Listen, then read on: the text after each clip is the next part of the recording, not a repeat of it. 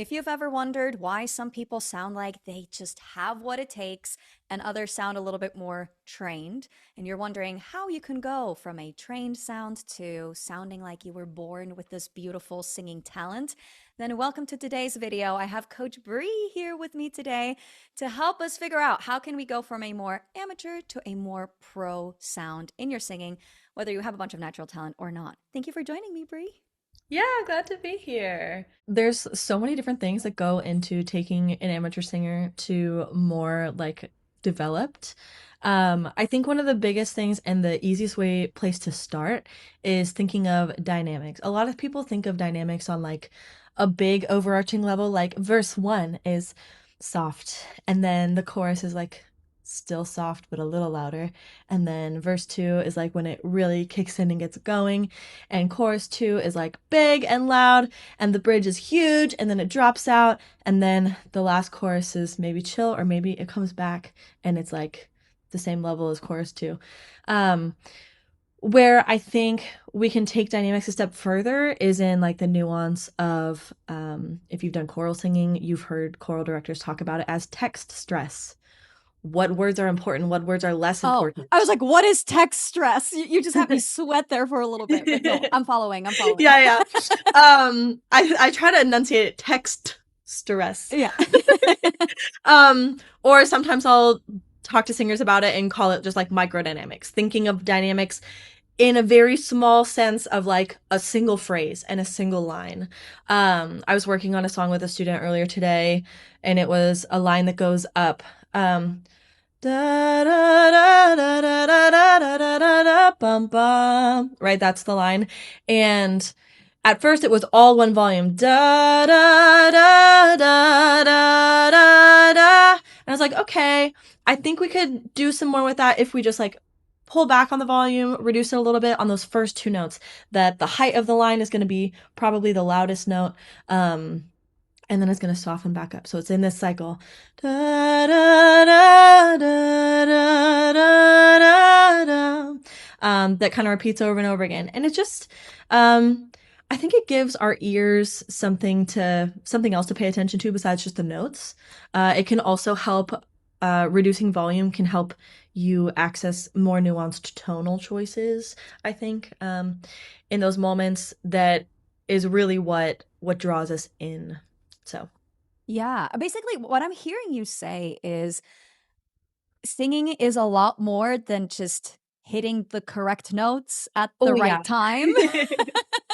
Right? And like sounding decent, obviously, right? But Yeah. there's like so much nuance that goes into it. Yeah, that's absolutely the foundation. Like we can't do any of the nuances and any of the fun stuff until we've got that solid under our belts. But um there is so much nuance to be added in how we're hitting the notes.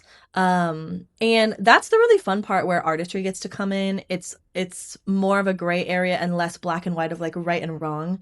Sometimes I'll be working with students on artistry and bringing some of these nuances with tonal choices, with embellishments like vocal cracks or cries or different things, and they'll be like, well, is it right to do it there? And I was like, well, that's not really the question we need to be asking. Like, Okay. it's less of a right and like once you get in past the vocal foundations, there's more subjectivity in how we're approaching like vocal study, if that makes sense. What you said of like, well, it's not really the question that we need to be asking here. Is it right or is it wrong?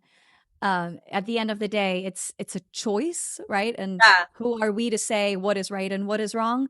But Yeah. also, some things feel weird. Sure.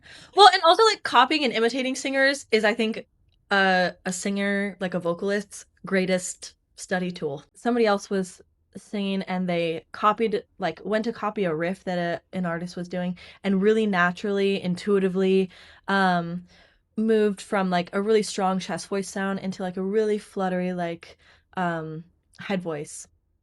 And that's something that's really hard to like go and methodically teach, I think. Hmm. The like all needs to happen for that transition to work really well. And they just did it. And they were like, "Did I do it right?" And I was like, like whether or not you hit all the notes she hit, I don't really care. You did that transition beautifully, and it was Yeah. because you've listened to it a million times. You've sang it along with them a million times. Imitation is the greatest form of flattery. It's the greatest tool you have to add more sounds to your vocal repertoire. Yeah, and a lot of the famous people out there, like when they're asked about who are your inspirations and they start Hmm. listing people, You hear usually, it. yep, my reaction Yeah. is like, oh, that makes sense. I can totally Yep. hear that. But that doesn't mean that this person is now a carbon copy No, of yeah. this singer, right? Yeah. Not at Except all. if they're like into impersonation, right? Yeah. Which you have a student that you're working with who's an impersonator, right, Marie? Yes. She's a Reba McEntire impersonator, and she does a brilliant job with it. Like she's got the charm and the twang and the wigs, and yeah, I think she has a lot of fun doing it, and it's been really exciting to work with her because the nuance that she's bringing into the songs already is just really fun to work with. She's so good at hearing exactly what's going on and really trying to um, replicate that and emulate it. And yeah, it's going to sound a little bit different, but we're really like breaking down, okay, what is she doing here? How is she executing this line? Where is the line between how speechy it is and how conversational and like southern charm it is, and where it's actually supported, and we're needing to use a little more of those good vocal foundations to support the sound and make sure we're getting all those notes, you know? Yeah, yeah, it's always a balance. And, at the end of the day, I would say there's more people that don't want to be impersonators that Hmm. do, like when it comes to Yeah, singing. I've had students like that too, that they're like, I'm just so scared to sound exactly like them. And I'm like, Yeah. okay, but what if sounding exactly like them is like the basis that you need to find to learn where your voice wants to sit? Like, you've learned how to make this sound exactly. Now you have those tools in your belt. And now, because you have access to these different sounds that you maybe didn't have access to before, you can make intentional choices about what sounds you do want to have and what tones you do want to use. And that's really what we're trying to um, like impart in our students, Yes. is just giving you choices, right? A lot of times I'll say, okay, we're making this adjustment, and it's not because I never want you to do this other thing again. It's because I want, if you're doing that other thing, it to be an intentional choice. We're just going to make sure that it's not stuck in the default, that we can be really intentional about the art that we're creating. Exactly. You just nailed it. 100%. We're doing it so that you can explore outside of your box that you have put yourself in already. Or just like Others, wherever you're starting from in your yeah, vocal journey, you know? yeah. And Yeah. then you imitate others, you add tools into your tool belt or Mhm. toolbox or whatever, right? And then you have more tools to pick from or more colors to paint with or Yeah. however you want to describe it. All the And the, analogies.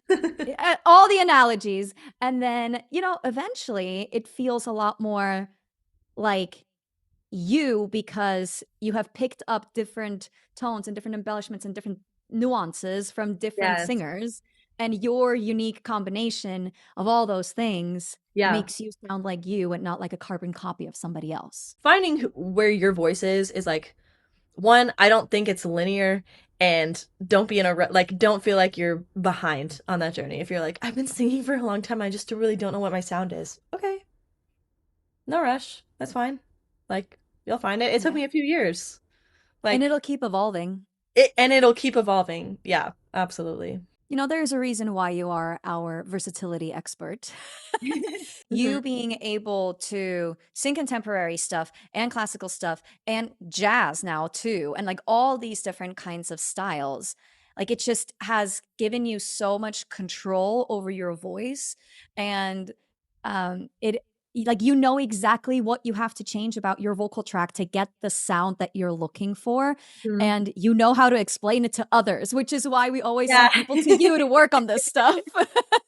Sometimes like my students will see me processing, okay, what, like I will literally sing it two different ways and then be like, okay, well, what did I actually change? How can I explain this to you? Like they're watching me buffer in real time. Because like honestly, half the time when I was learning all these different styles and just practicing and getting into it, it's like you heard the saying, you create the art that you consume. Hmm. right?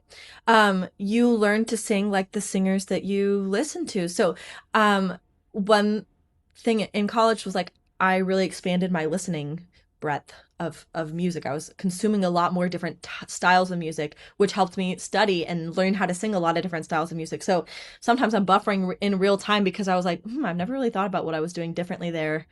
I just heard the sound and like just tried to make it until I made it, and then I made it. Um, but yeah.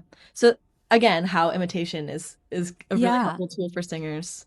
Well, because it Um, helps us not overthink. Because sometimes we're yeah. like, all right, I need to lift my soft palate and I need to bring the Hmm. placement more forward or Yeah. whatever, right? Like, and then we start overthinking it and then it doesn't come out the way we want to. When in fact, we could just try and imitate the sound that we hear. And it more often than not just kind of happens.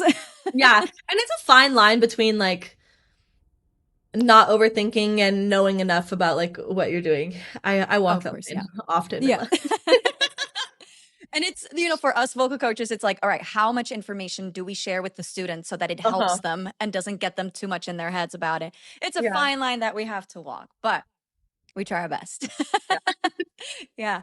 Awesome. Thank you so much, Bree. This is really exciting. I am very excited that you're joining us for our Next Stage Yeah. Singer event that is happening really soon. So if you haven't yet grabbed your ticket, come and join us. We will be diving a lot deeper into this whole part of like how to, sound more advanced, more professional, a little bit less amateur, how to, do all these different things with your voice, like create these different tones and embellishments and how to create your own sound and all of that stuff. So I'm very excited that you'll be joining us there so we can dig a lot deeper into that. Again, if you haven't gotten your ticket yet, it's in the description below. Just check the link there. You can grab it there. It's free to attend live.